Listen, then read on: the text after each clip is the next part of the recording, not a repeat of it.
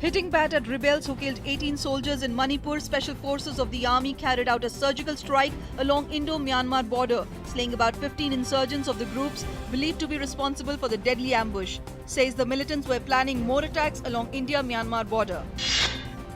Army sends out a strong warning to those posing threats to country's security, says in view of imminent threat an immediate response was necessary.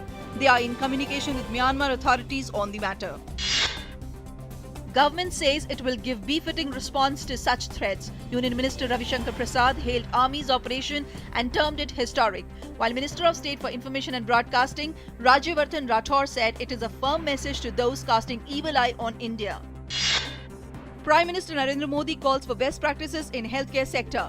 PM Modi stresses the need for new initiatives for urban poor. He asks Health Ministry to gauge contribution of Swachh Bharat towards good health. Prime Minister Narendra Modi reviews the progress of the Swachh Vidyalaya program. PM Modi was informed about the current status of construction of toilets in schools across various states. Several states already close to achieving the 100% target. PM Modi directs concerned officials to focus on these states immediately.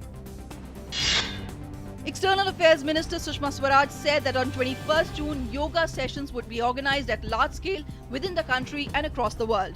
Added that MEA entrusted with the task of organizing yoga sessions in 192 countries across the world. In India, this responsibility has been given to the Ministry of Ayush, which will organize yoga sessions in 650 districts of the country. Amidst objections by certain minority groups to doing yoga, Union Home Minister Rajnath Singh said there is no compulsion in this regard and that the practice of yoga should not be related to any caste, creed or religion. In the fake degree case, former Delhi Law Minister Jitendra Singh Tomar reaches Lucknow to head to Faizabad for further questioning. Earlier, Tomar resigned in fake degree case. While AAP alleges centre of politicizing over the fake degree issue, other political parties have raised questions on Aam Aadmi Party's moral values on political grounds. In a fresh crackdown on erring NGOs, Centre cancels licenses of 4,470 NGOs. Action taken to prevent violation of Foreign Contribution Regulation Act. Ministry had issued notices to the NGOs for not filing annual returns. In March this year, government banned 30 NGOs from receiving foreign funds after adverse reports about their activities. Cyclonic storm Ashova would cross Oman coast between Sur and Mina Sultan Qaboos near latitude 23.0 degree north and longitude 59.0 degree east around night of June 11, 2015.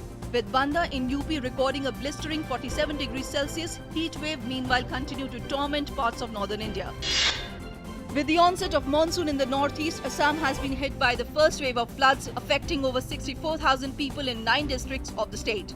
2 persons died due to floods. According to the state government's assessment, 113 villages of the 9 districts affected. Districts affected are Barpeta, Sonitpur, Dhimaji, Bongaingaon, Lakhimpur, Tinsukia, Darang, Nalbari and Golpara. Lakhimpur in northern Assam is the worst hit district with over 25,000 people being affected. Government assures Hajj pilgrims of better facilities this year. Corrective measures are being taken. Speaking at All India Hajj Conference, Minister of State for External Affairs General V.K. Singh said he would carry out surprise visits to see if poor services are being offered to pilgrims by different agencies involved in the exercise and asserted that action would be taken. Nepal's warring political parties have struck a landmark 16-point deal to end years of deadlock over contentious issues of constitutional drafting.